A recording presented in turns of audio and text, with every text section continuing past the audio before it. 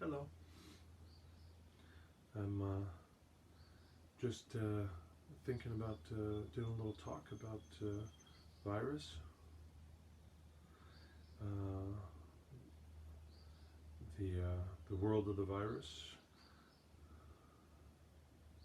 and I just talked for I think 15 minutes, and I had not pressed live.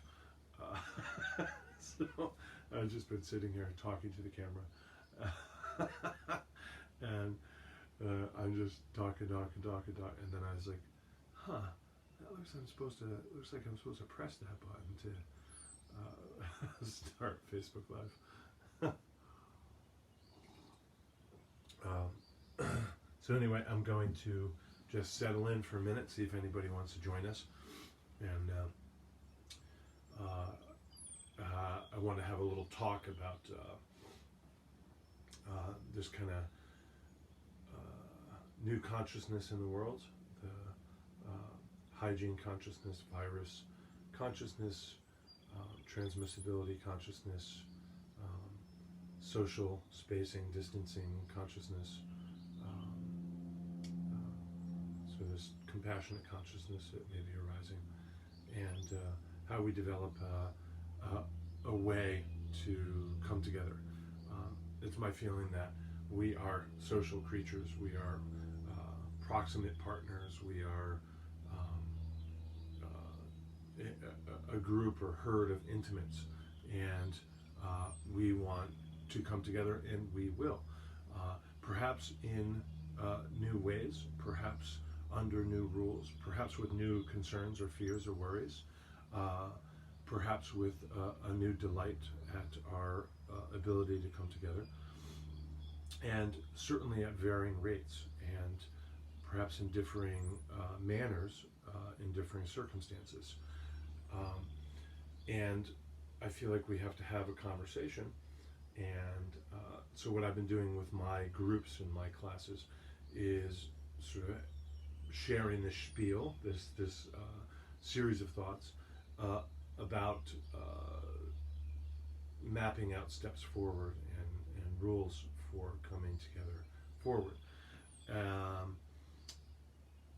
And I thought if I do it this way, and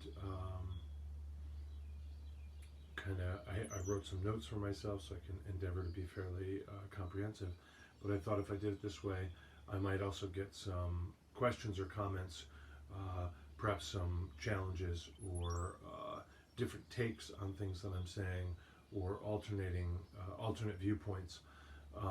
And if you type those in and I see them, maybe I can address those. And I'm hoping that whatever you add will help all the people that will watch this. And then perhaps however I respond will also be helpful. So I'm just kind of sat here in the studio library.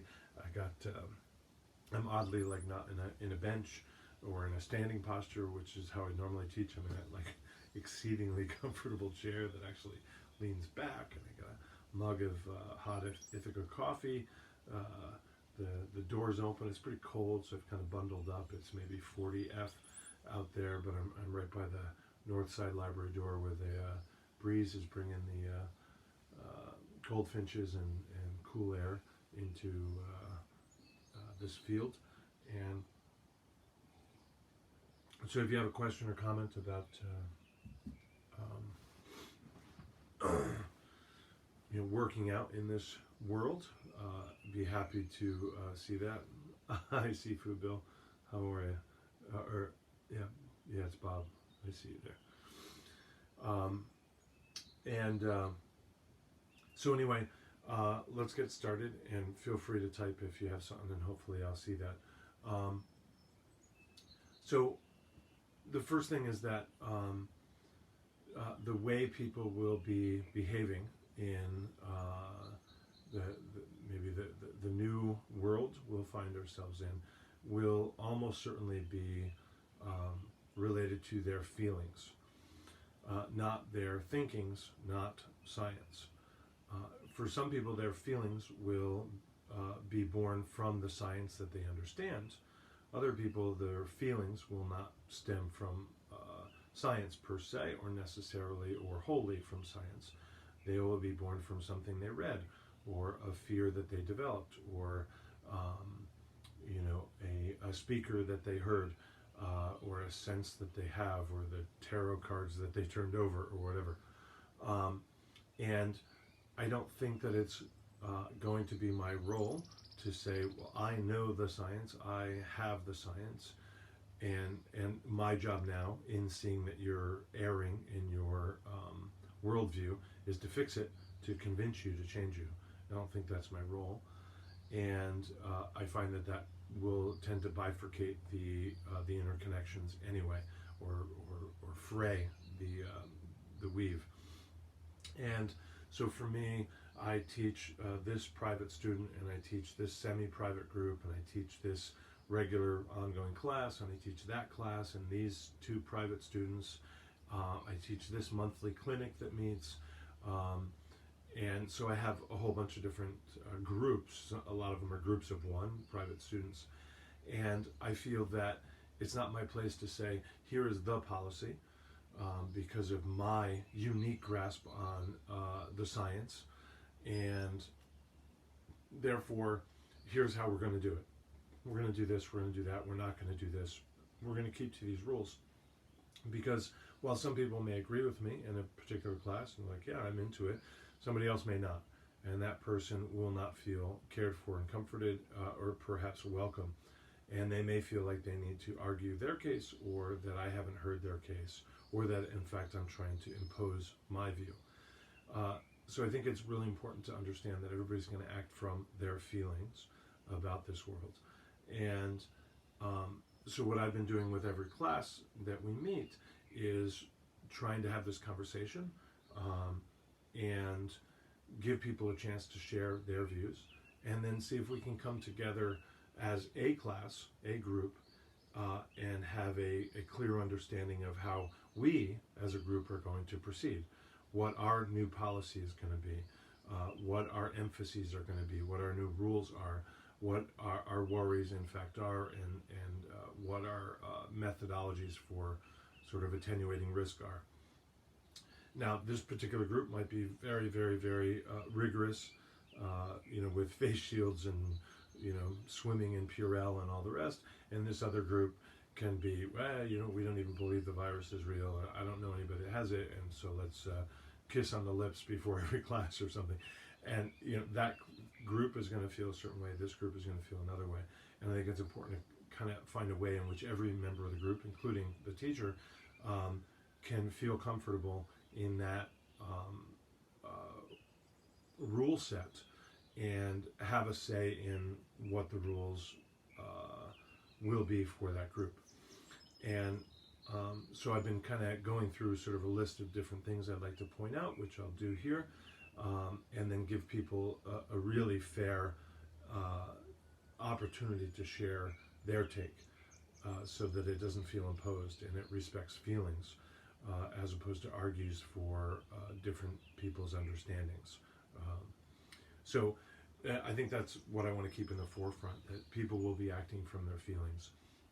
And that includes you, whoever's listening to this, and your feelings might very well stem from an understanding, a thinking, or from science, or from something you read, for example, or your background as a whatever virologist or something.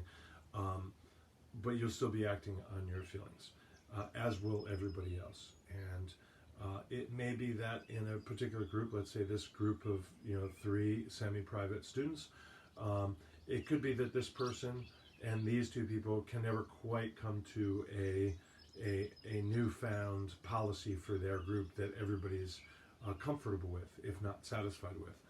And so it could be that we hybridize it, and these 2 people meet in person while we Zoom at the same time with the third person. And it could be that this person drops out, or this person forms their own private lesson, and these 2 continue on together, for example. I'd like to keep the groups together as they are. I think there's a lot of value there, and I think a really healthy dialogue with respect for feelings and thoughts. is the best way forward. So the first piece here is that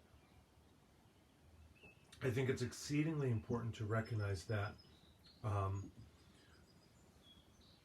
the decision even to come and practice in person, right, to work out, to come to your, whatever your class is, Tai Chi Chuan class with me, for example, or your sword class, or calligraphy class, or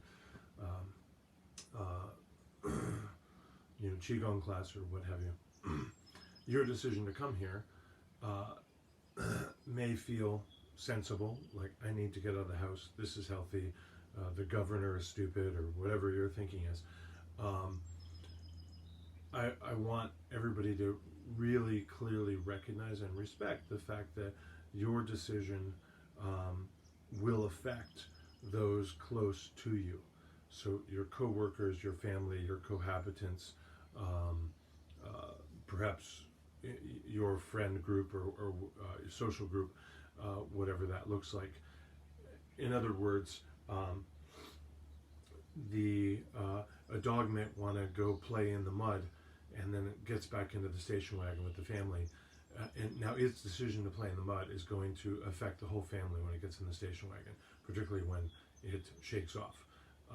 So everybody ought to have some, at least, awareness of your decision. But I would certainly prefer it if they had an opportunity to weigh in, to share in that decision, to veto or vote on that decision.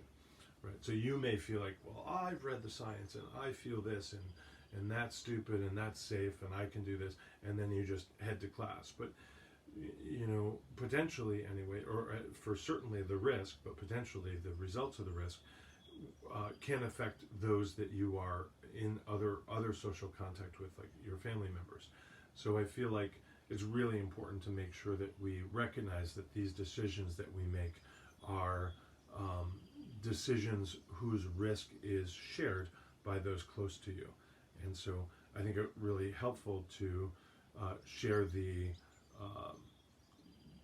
decision-making process, the policy that's been developed for your class with those close to you.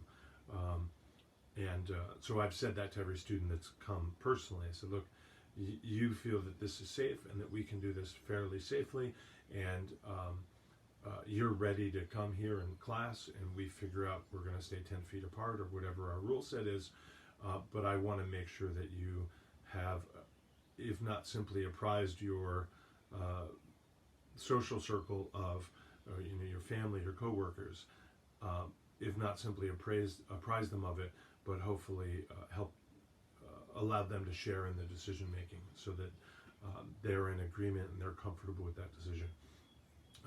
So anyway, that's, I think, just like step one. That just has to be there.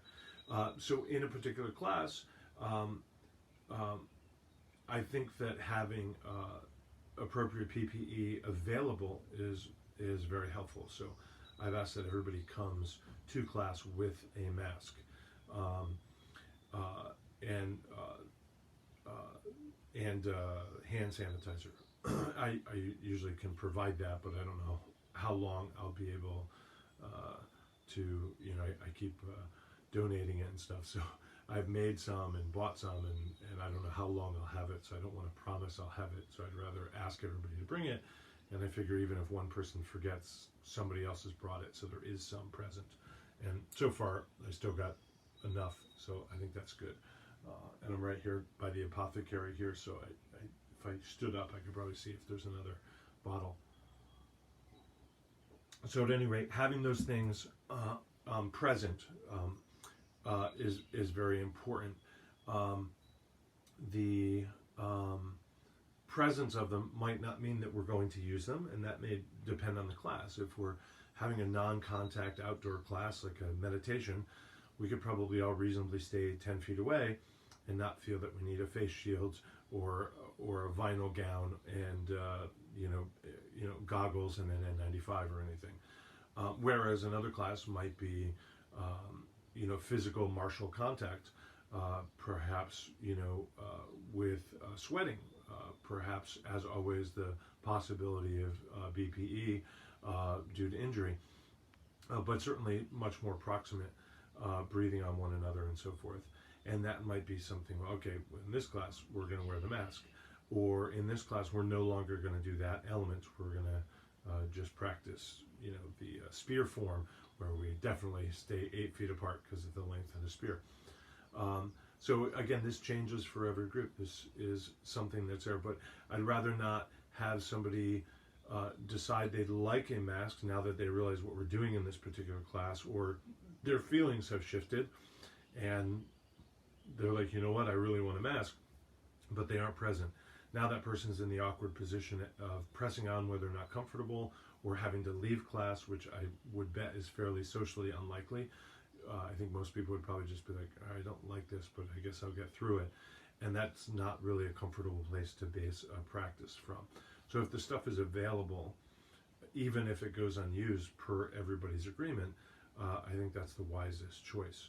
And certainly if you have extra things that you can donate when you come, and you can leave a box of gloves in case other people, that's fantastic. So the next element is, has to do with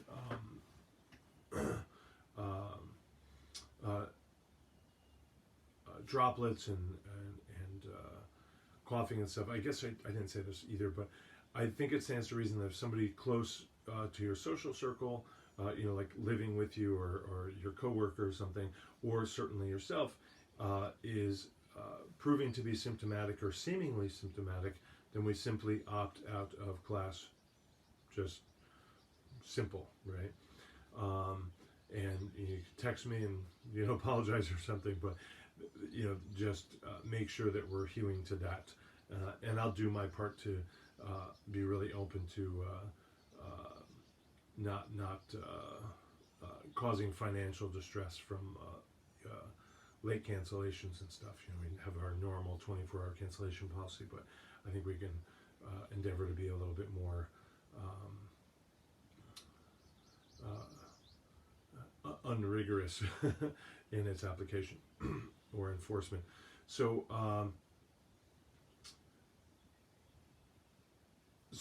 in terms of talking droplets, so for one thing, in a class, I'd much rather have much less talking than we would ordinarily have, so that we're reducing the incidence of droplets, or perhaps lowering the viral load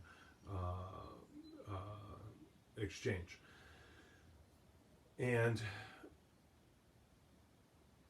part of this has to do with the kind of the reminder factor, like helping. It might not apply in a class where everybody's been tested negative multiple times, everybody's asymptomatic, we're otherwise using PPE and good hygiene and so forth, but it could be that it's really good practice for us to be aware of being in the space with others, the person at the deli counter, the person in line at the bank with you, and the person at the soup kitchen or whatever, and working on developing those skills and practicing those skills while we're here. That's something we want to be doing in the school as a rule, is practicing skills that we find value in, that we value in the life that we value.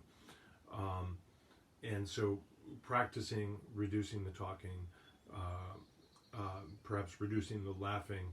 And so, for example, if I'm looking at my own image on the camera here, because I don't have a person to model it with, but if I was, in talking distance, like I might be with a partner in a martial environment, I want to practice turning from them and down and talking.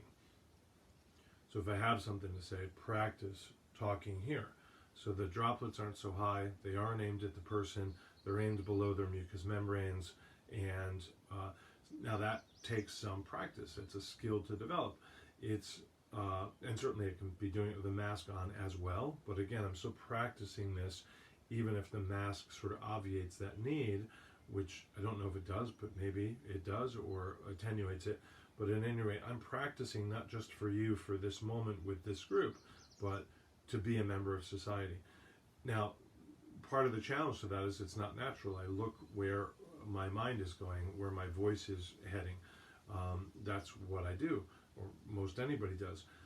And this may feel a little rude to be talking to you, and it may feel a little odd for me to do it, or rude, and you might even take a little bit of offense. So it takes some practice, and I'll get into the reminder of the practice with the group as well.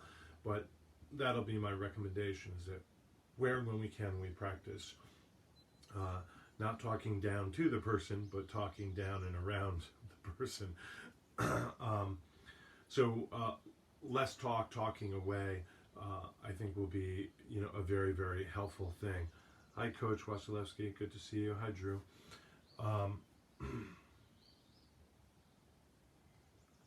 So similarly, we had a group of 4 people practicing yesterday. We were doing push hands. It was our first time doing that in months. And one thought that I had is that even though they all came to understand that they were going to be okay in physical contact and observing good hygiene and so forth, it did seem to me that it might be helpful for them to pair up the way we might ordinarily pay up in order to live long and prosper, and keep the pairs this way through the whole class. Normally I'd switch the pairs as often as I can, so you get to work with an awful lot of different people. And so having the pairs paired off and maintaining that, so that the risk to this person is primarily from one other person instead of 3 other people. So that may reduce their risk profile through the experience of the class. Similarly, this allows us to have another practice, which is likely to be more helpful outside the school environment in our social lives overall, is that we have these 2 pairs, but rather than having them drift fairly close together, even though they're working as 2 pairs, have them practice social distancing. So that the pairs, even though they have a heightened risk by pairing with another person in proximity, whether or not there's PPE, they have a heightened risk. Practicing the social distancing of what I do here is 10 feet. I find that people can't judge 6 feet very well, and if they judge 10 feet, it might give me a little bit of an opportunity to interrupt them when I see them closing before they actually are in the 6 feet. So my recommendation is about 10 feet. But anyway, social distancing, the pairs of people, is a nice way to live long and prosper rather than die young and poor. So that was another thought. So then we get into the awkwardness, or the insult, or the shame. So if we have all compassionately listened to one another, developed a sensible and feelings-aware protocol for our group, this particular group that I'm talking about, and we'll do this with every single group, I want to be aware that I'm inviting people in the group to remind me of the protocols, because this is all new. I've spent my whole life just walking up and hugging somebody and not too worried if they sweat on me, and probably drifting closer as we talk, certainly looking them in the eye. So I will almost necessarily, by habit, veer away from the protocols that I've understood and agreed to and been a part of developing and deploying for this group. And by the time that I notice that I've violated these rules, my risk may have changed. Whereas if I recognize that I'm in a group of people who have different attentions, different eyes, different points of views, I increase the possibility that somebody else can note for me that I'm drifting out of my lane, right?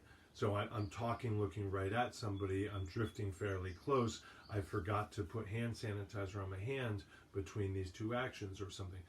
And so I want to be in the place of inviting other people to remind me of these things, because these are entirely new social rules. These are different protocols. These are contrary to habits developed over a lifetime. And I can foresee that there can be a challenge here of somebody feeling that you're just telling me what to do, or that's insulting, I was about to sanitize my hands, or don't tell me not to look at you. This is important. And so if we're all aware of this and aware that we are in fact inviting people to help and support my deployment of this new protocol, I think that's going to be exceedingly important. And knowing that ahead of time, in that moment when somebody cuts you off and says, hey, you need to Purell, not taking offense, not being insulted, not being ashamed, not feeling like they know better and I don't. It's simply that they're in a different place of intention. They have a different awareness. They have a different point of view than you. And they just happen to remember something when you didn't. Maybe later you'll remember it and notice it when they're otherwise distracted by what they want to say and they're drifting too close. So if we have this sort of mutually supportive process for rehabituating and deploying a new protocol, then we can see it as very helpful that there are more minds and more eyes caring about the same things, and not simply respond from the egos being pricked and feeling insulted or ashamed or talked down to or something. So I think that's a really important thing. Hopefully in many of these groups that's not a particular issue, but I do want to note it, and that may be something that's happening. So of course I think having the hand sanitizer around, particularly a larger volume, can be very helpful so that people sort of emotionally feel like there's plenty, there's enough, instead of wanting to conserve it because there's a tiny little bottle and I used it once. Even if they don't use it an awful lot, I find that could be pretty helpful to have a larger volume or a few bottles or something.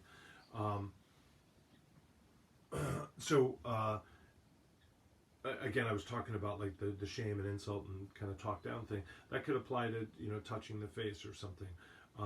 The real challenge with this is that if the virus is on a surface, and including if that surface is your skin, it's the real challenge then is if it moves from surface to mucous membrane.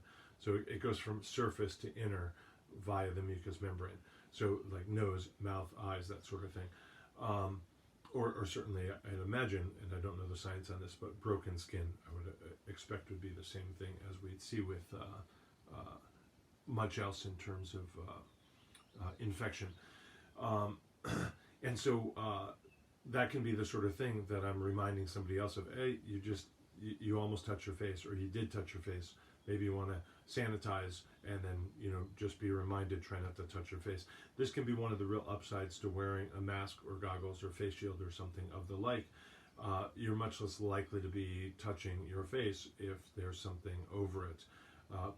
That has its own challenge. People want to fidget and fiddle with their mask, and it's a real necessity to understand how to wear PPE. It's not the same as me putting on a hoodie. But my role here isn't to teach that. It's not my goal at all. But it's worth learning about, and maybe I can link to a good like a YouTube lesson on that. But at any rate, the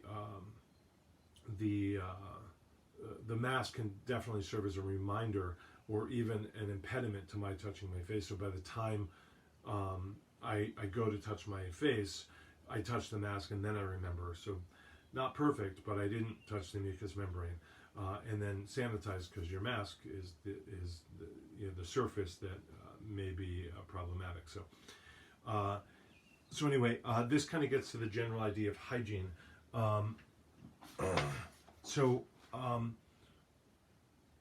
This is just a basic social more. Hygiene is very important. Again, it's not my role to teach hygiene here. I didn't even take a shower this morning. Maybe a lot of us haven't this morning, being self-isolated. But hygiene, of course, is something that people will be much more aware of in terms of the space that we're practicing, the props that we used, the common surfaces that we touch, like doorknobs. So, I'd be leaving the door to the school open so that there's less things to touch and therefore less things to sanitize regularly. And so it's great when people come early or stay late to help clean the school or the props or things like that. Certainly I'll be using less props or inviting people to bring their own and only use their own in different classes. But the hygiene, like learning how to wash your hands properly, using the sanitizer much more regularly, not touching the outside of the mask, all these sort of things, are really body hygiene. But it's really, really, really important to understand that we want to have mental and emotional hygiene as well. This kind of fits in nicely with a lot of the sort of things that I teach, where we do Neigong and Qigong and so forth. But one of the facets of my school, features of the school, is that it's a no politics zone. And it's not because I don't want to talk politics. It just is because there are so few politics-free zones in our lives, and it becomes a point of contention and argument, and people all too readily I want to say decide, which I agree with that word, but it won't feel like a decision when you're doing it. So I'll stick to decide, but there's more to be said there. All too often people decide to view other people primarily or only through the lens of politics once they are more aware of somebody's politics. And that is not at all the world that I want to be living in. And so if you've ever been in a class with me and somebody starts to mention something politics, I cut it off immediately, shut it down. Not what we're doing here, not what we're doing here, not what we're doing here. You have 23 other hours and 6 other days to do that at any point you want. You can do it online, do it with your mom, do it with your coworkers, do it with your brother, whatever. Not here, not now, not ever. It's not what we do. And that goes to sort of mental hygiene. It's a place in which we're receiving one another as human beings, not as political animals. That's not to say that we're thinking that we aren't political animals. It's to say that that's not the manner after which I'm receiving you. So the sort of no politics zone has to do with the mental and emotional hygiene, but also being aware of the supportive nature of the compassionate interactions that we have, the real listening to others' concerns, the ability to be a little bit malleable with our practice. Yeah, I don't know if the light just changed, but this is the first time I set up an external light, and I think the battery died. But it's been on me until a moment ago, so I'm wondering if you see a difference in the screen. Interesting. The ways that we interact with each other and develop and deploy protocol and curriculum and a sort of a womb of understanding with our compatriots in our group, our class, our clinic, our workshop, our semi-private, or what have you, really goes to the idea of mental and emotional hygiene, and hopefully a lot of the sort of things that we teach help with that just in and of themselves. So I think the last thing, and then I'll look to see if there's questions. Anybody's typed a question that or comment or criticism or something, it'd be great to address this here. If not, my plan will be to upload this and then share it with each of my students. Whatever policy that we have in a particular group, this group says, well, we're going to sanitize our hands at the end, wear masks throughout, and limit our interactions.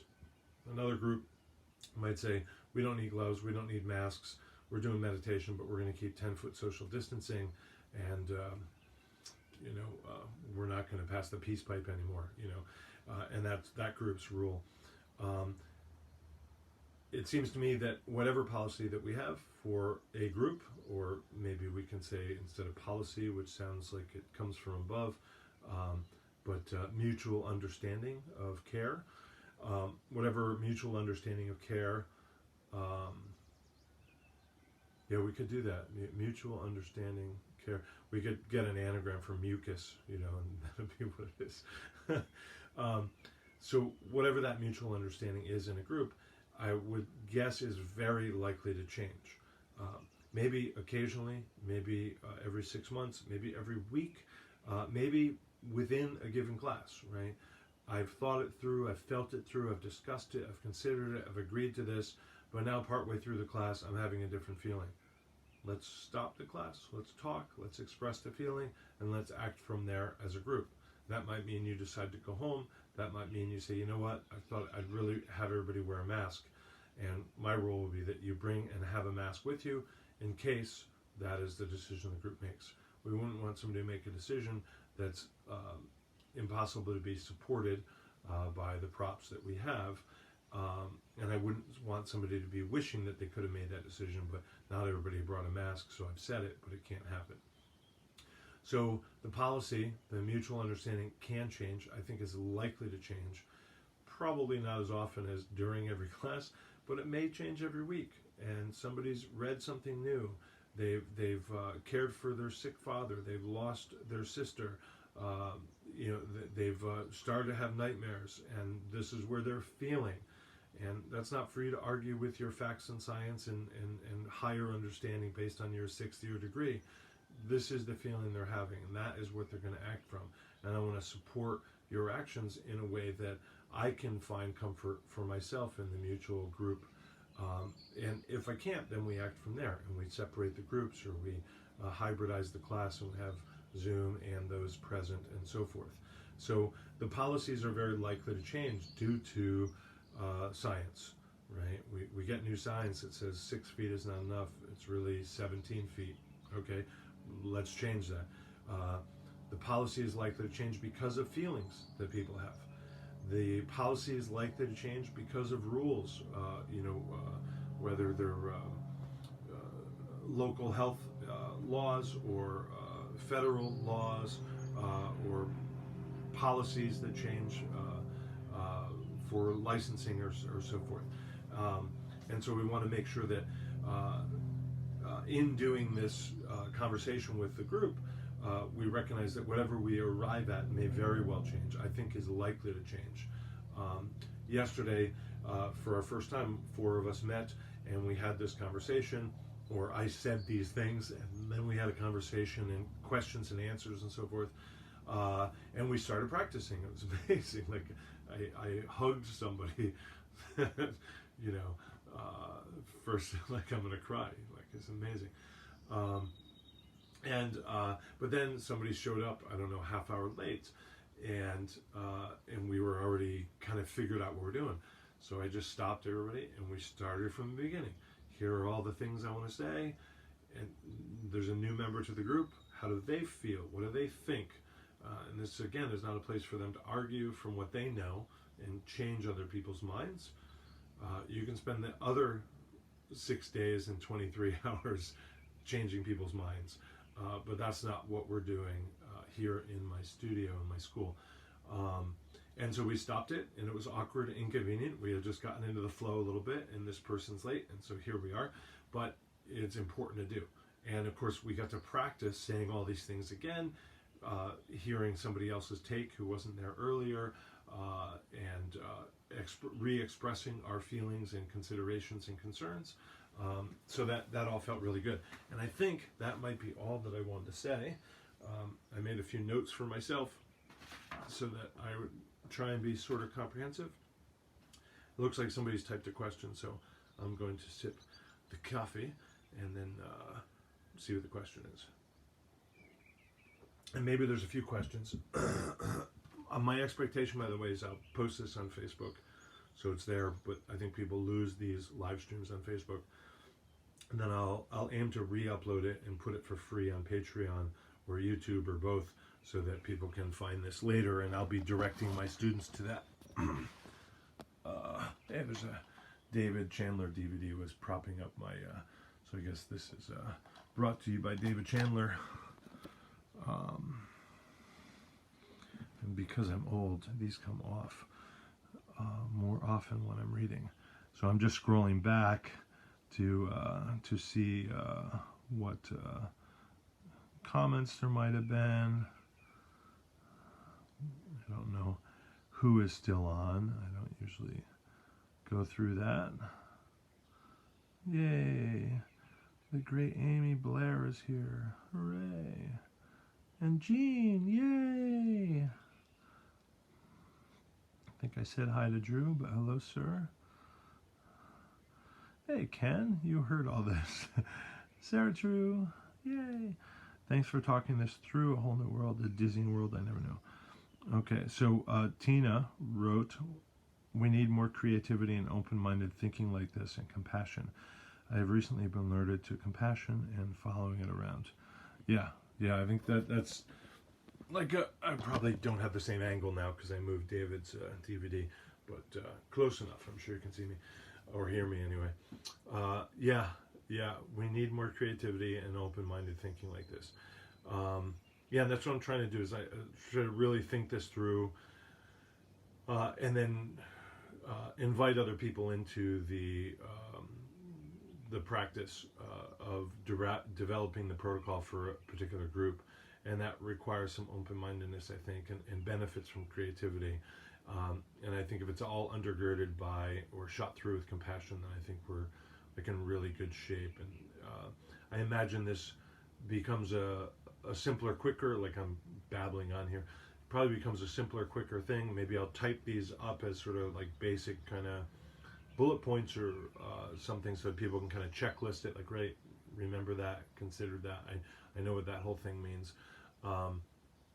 And I think as reminders go, I think it'll become a little simpler too, just, okay, let me checklist this, okay, right, I remember, and now I'm ready for class. And like yesterday, I don't know if it took 15 minutes to go through this whole thing, and then another 15 minutes when the last person was here, and so took a chunk out of class to do that. And I imagine in the future we'll be more used to this. Our individual groups will know what is going to work for them or what they're willing to try, and then see if it works and maybe change. And then the reminders should take up less time, and it should be a little bit more ritualized. So I don't see any other questions, so I think I'm going to finish and get into my day.